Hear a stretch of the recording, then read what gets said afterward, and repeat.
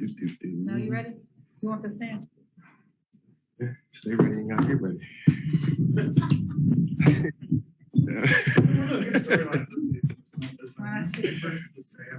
Stay ready and I'll get ready. Go ahead. First on the game, LeBron was saying that a moment ago that the consistency just hasn't been there all year. And so, last night, pretty good game, 3 quarters here tonight, it just kind of goes away. Have you been able to put your finger on that lack of consistency throughout the season?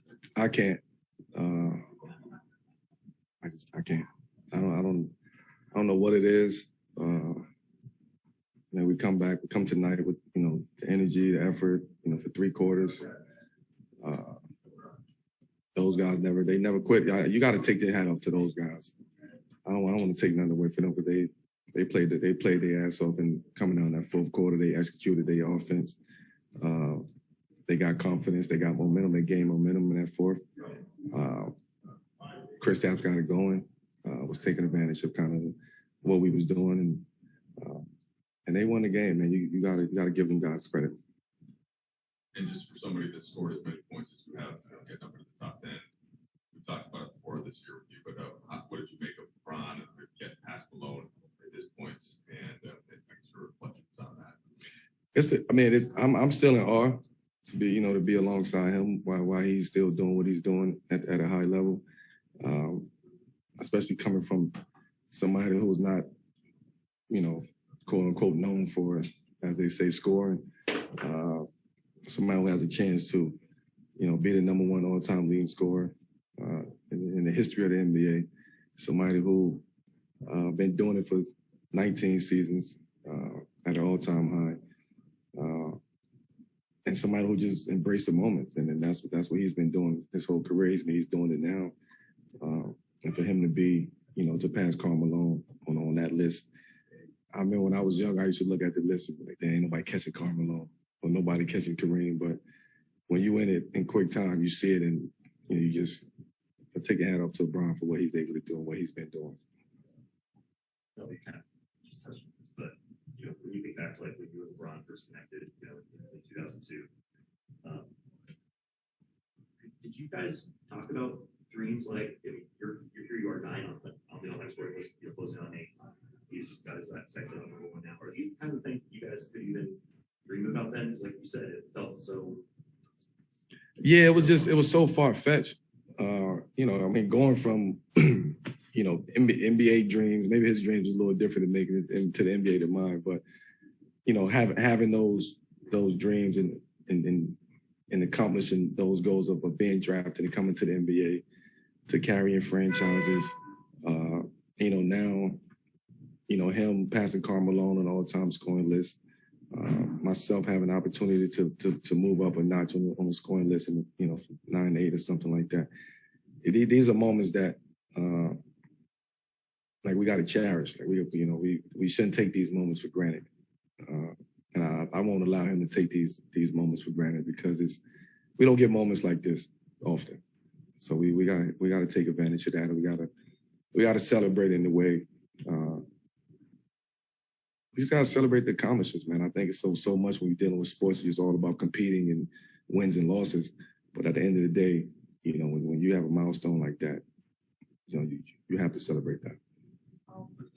So when he did pass it, how did you guys kind of react? And what was said to him when he said you guys not celebrate until he got back?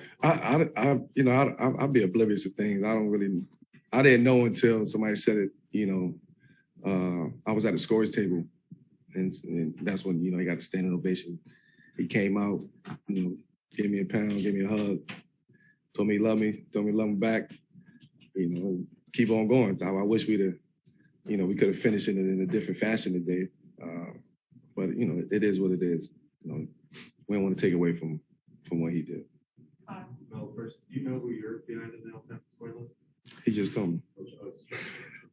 But you track it, right? He always tell me what's going on. Either one of them, they always tell me what's happening.